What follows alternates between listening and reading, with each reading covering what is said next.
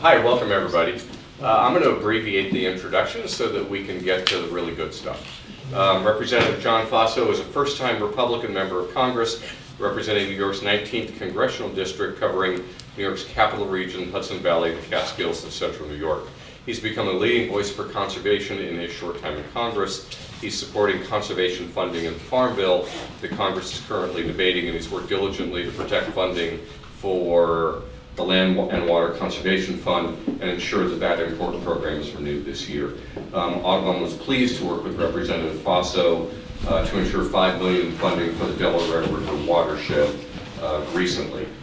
He's working to advance the climate conversation in Congress. We'll start with a question for both of these members about the Bipartisan Climate Caucus. He recently introduced the Challenges and Prizes for Climate Act, and that this bipartisan bill would provide research and development prize money to spur innovation to address climate change, and we were happy to come out in support of that. He also serves on the Budget, Transportation, and Infrastructure and Agriculture Committee, thank you for being here today. Thank you. Representative Alan Lowenthal is serving his third term in Congress and represents California's 47th Congressional District, centered in Long Beach and extending into western Orange County. He has long been champion for conservation from his time as a city council leader in Long Beach to serving in the California legislature in both the Assembly and Senate. And we both agreed that it's too bad that Jerry Brown's retiring. As an elected official in California, Representative Lowenthal's landmark environmental legislative efforts helped lead the ports of Long Beach and LA to become the cleanest and greenest ports in the world, while remaining the busiest and most successful container port in the Western Hemisphere. Other people are surprised when you tell them that Long Beach is the largest. Well, it's Long Beach and LA together, Yeah. which is a complex, Right. one complex. And Representative Lowenthal has also been an effective advocate for protecting special places in America's Arctic, like the Arctic National Wildlife Refuge, and keeping intact our country's national monuments. And he also serves on the State Climate Caucus and the Bipartisan Climate Caucus. So let me start with a question about the potential of that caucus and where you see it going.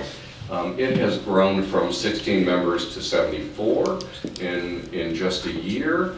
Why are you members of that caucus, and what are your hopes for it? Representative Faso? Well, I think we have to address man-made climate change. And the question is, how do we do it in a way that is compatible with the economy?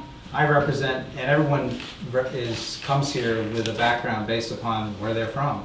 And the district I represent in the Hudson Valley, Catskills out to central New York, have Cooperstown and Woodstock, places like that. That district is very, very pristine, beautiful, but it's got a terrible economy. And the people, everything we do has got to be compatible with the notion of how do we create employment opportunities for people and sustainable employment opportunities for people. So in my work on the Agriculture Committee, and again, a lot of my interest in the climate change issue has to do with how do we conserve our land and water, how do we make agriculture, which is under a lot of stress in our area, how do we make the agricultural business more economically productive and cost effective. And part of that is to have more conservation-oriented agricultural techniques, protection of water resources, and doing things like innovative carbon sequestration with the type of plant cover that farmers would use to reduce the amount of chemical fertilizers and nutrients that they may need to have more natural rotation of the crops, and do it in a way that can show sustainable environmental benefits. So there's a great experiment going on right now that's being done by folks from Woods Hole out in Massachusetts, and they're in Columbia County, the county I live, and they're showing how the use of better crop cover over a period of years is sequestering carbon in the soil, and also, by the way, increasing the quality and the fertility of that soil. Those are the things that everything I do has got to be related to how do we improve the economy and protect the environment, and they're not incompatible. Representative Lowenthal.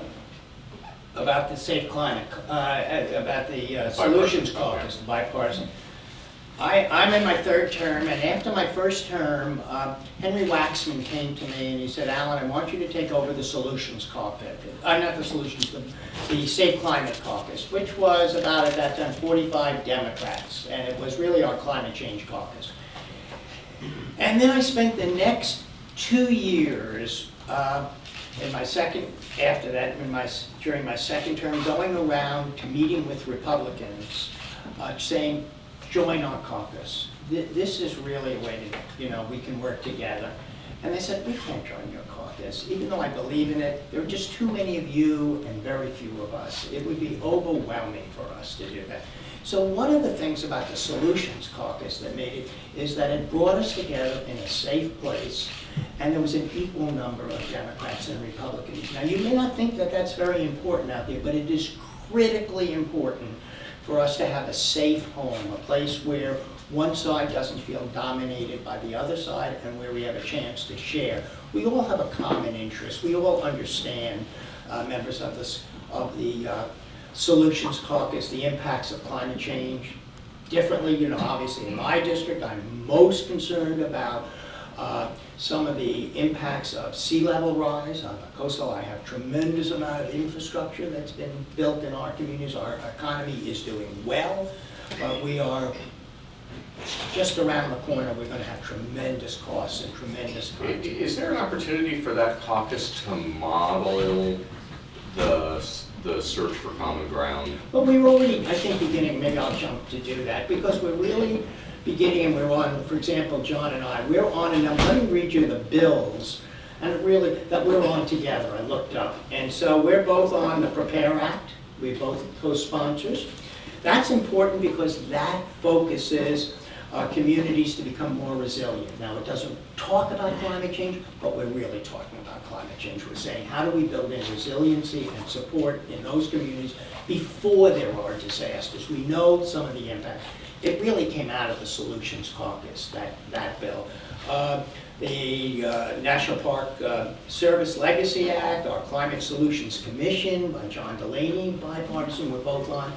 It provides us an opportunity, maybe not to look so much on, at this moment, on some of the causes, but really to deal with the impacts, and how are we going to come together to maximize our abilities to adapt, to change, and then as we go further to look at other kinds of reasons how we can come together. And I also want to pick up what John said, and earlier, when I started to work on the port issues, I was told when I was on the city council many years ago, and I represented the port complex, and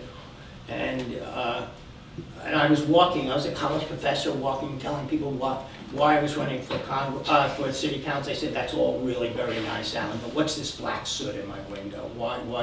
And it turned out the tremendous amount of pollution that really was there, and the tremendous amount of carbon and diesel pollution. We have the largest concentration of diesel almost on the planet that comes in and out of those ports, or it had been historically. And the issue was, the ports said, we cannot, and it gets back to what John, they said, we cannot have economic development and move towards zero emission and environmental protection. We'll deal with the environmental protection, but we're going to mitigate it after. And I said, no, they can go side, they can complement each other. We can have both environmental protection and economic growth, and that's what David had mentioned. We have done that. We have the cleanest. We have moved towards zero emission. We have the first zero emission terminals in the world. And we have had the greatest amount of economic growth in the past year. So one of the other places, one of the other committees that we both serve is transportation, and you're looking at the Water Resources Development Act. And do you think that there's a likelihood coming out of the House that natural infrastructure might be a part of that, as well as human-made infrastructure? Well, I think that, it's more likely, they do bolster, I think what we're saying is, we're looking at where we are as this session of Congress in the 115th session. I think that there are two things.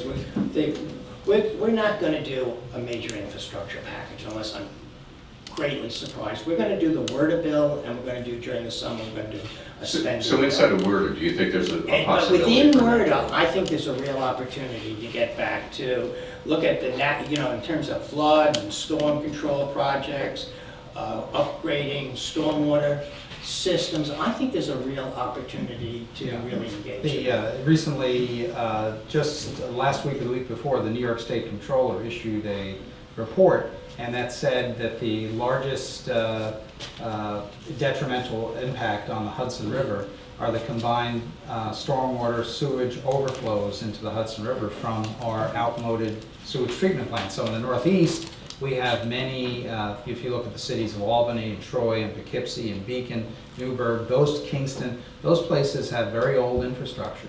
And so building this with a mind towards avoiding that obvious pollution, but also building it in a way that it can sustain and deal with the impacts of severe weather is something that we've got to be smarter about.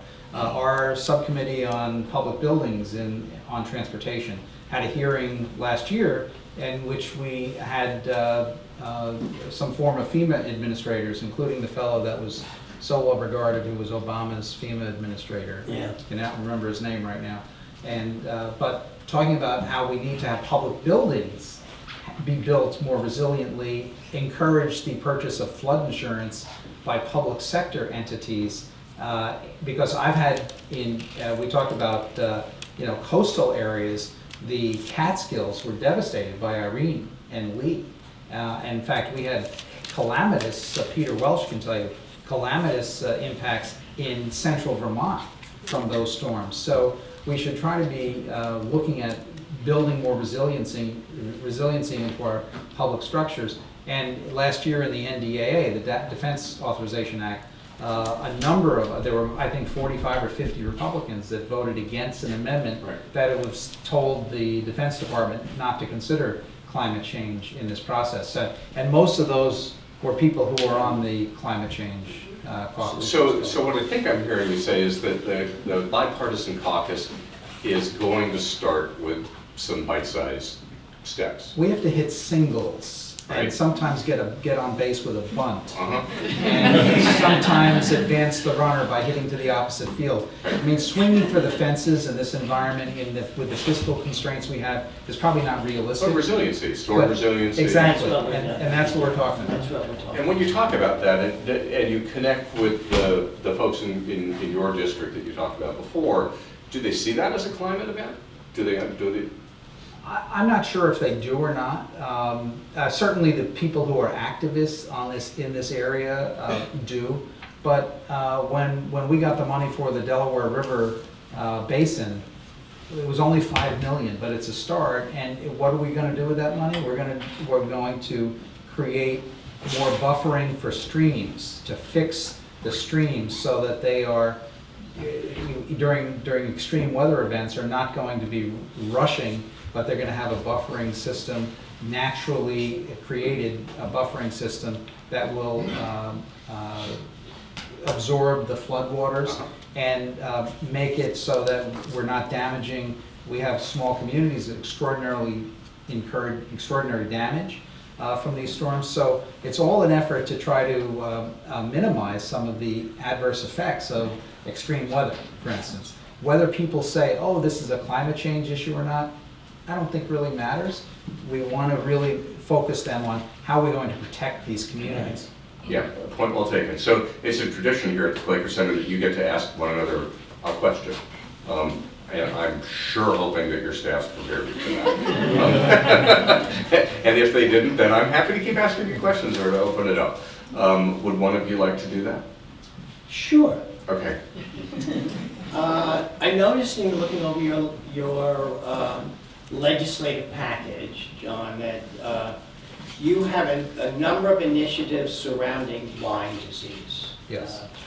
And I wondered, is this in any way a result, or is this complicated by climate change? And are we seeing the range, that there's been a shift in the range of ticks and what is out there? I'm just wondering, are you seeing more of this recently? And is this really one of the reasons why, even though we don't think of, you know, Lyme disease as an impact around climate change, when I looked at that, I wondered, now, why is John doing all of these Lyme diseases? And I thought that was very interesting. Yeah, well, I think mainly it's because it's a epidemic in the Hudson Valley. And Lyme, Connecticut is, Yes. is right across the border from our district.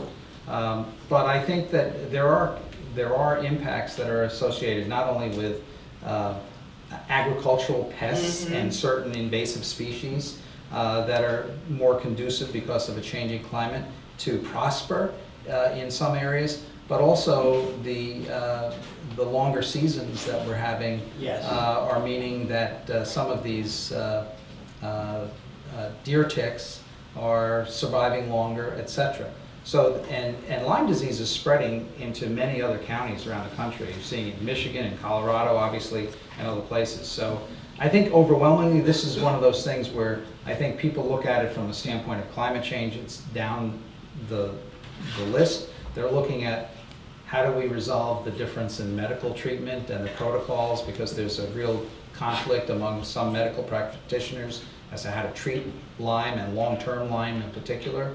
And there's a lot of call. Some people want to have a vaccine for Lyme. There's some really interesting studies going on at a great environmental institute called the Carey Institute in my district on Lyme and the spread of Lyme disease. So in part, yes, but mostly it's because people are really being afflicted with this. Yeah, it's a hot button issue. It's a hot button Right. issue. So, Representative Faso, let me give you the opportunity to ask Representative Lowenthal a question. Alan, you come from the land of the automobile. Yes. And we know that, for instance, in New York State, CO2 emissions, because we've changed the way we generate electricity primarily away from coal and dirty oil over the last 20 years, our CO2 emissions are declined by 20%, but transportation-related emissions have not declined. And that is still, the transportation sector is a big issue. How do you think we can best move in this direction to address this, and how will your constituents react?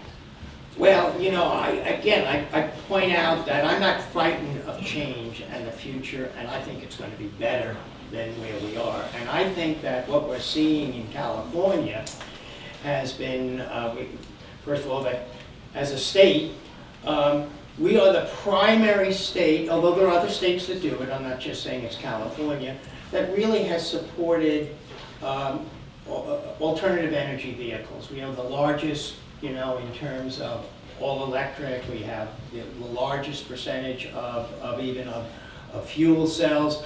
I think we're just seeing the beginning of that. And I think people, as oil prices go up, I think people love to have electric. Now, the question is the generation of electricity, and we're just also now seeing that every new, starting this coming year, every new home, every residence in California that will be built has to have solar in it, photovoltaic. So we're kind of building in those processes, and in a way in which supports the economy. The home builders are not fighting it. We're actually going to make money on this thing. Our biggest problems are going to be, how do we deal with the public utilities companies? How are we going to upgrade that so that they can handle as we move away from a carbon-based economy? We're not going to go, it's not going to happen overnight. It's not going to be all of a sudden, but we are dramatically, and we provide incentives. You've ever been on the 405 in California? I haven't. An electric car, plug-in. If you've ever been on the 405, it is a horror show. You do realize you're the only place in the country that uses its freeways by numbers, right? You know? Yes. Yeah, but we also provide, you know, incentives to be in the HOV lane, to do that, to really get people to, you know, we try to incentivize people to move to go in the right direction by saying, hey, clean the environment, you get a chance to move. Let me ask you a last question in the interest of time. A lot of people talk about as members of the Bipartisan Caucus, a lot of people talk about depoliticizing climate as an issue. Is that possible, or are we really talking about recontextualizing it or reframing it or helping people understand it as an economic issue? I mean, is it possible to depoliticize it? Depoliticize something that we're talking about in Washington? Well, maybe Alan knows how to do that. I'm not sure. I do. I think what we really have to do to address this is we've got to just keep building, keep hitting singles, hit singles and doubles maybe. We've got to gradually move the economy in a way that we show people that they can make money and that we can economically prosper in order to do this. Remember, it is only affluent, wealthier societies that pursue a really clean environment. You know, poor countries, look at what Eastern Europe was before the Soviet Union fell. It was the most degraded environment you could ever see. Affluent, more economically thriving countries, a growing economy, that will also create the wealth necessary for us to meet these challenges. And I think this is why, I think capitalism and environmentalism go hand in hand, frankly. And Representative Lowenthal, what do you think?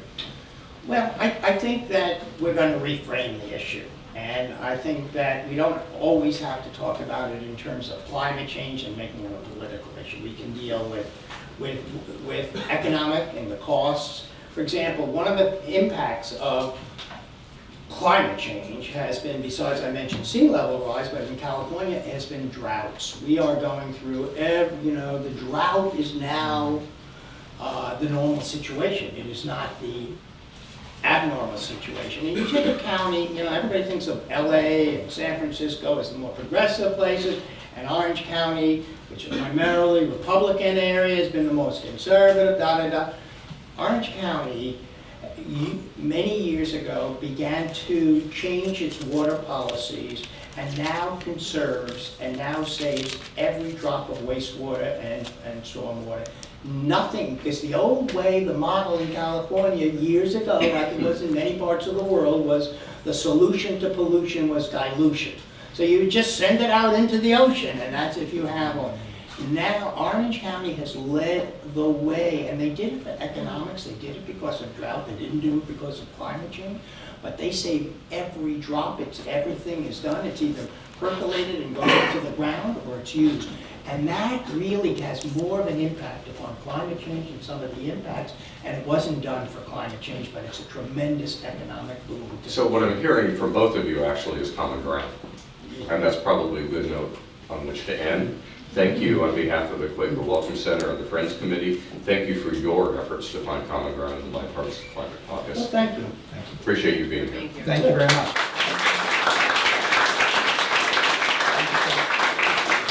And thank you all for coming.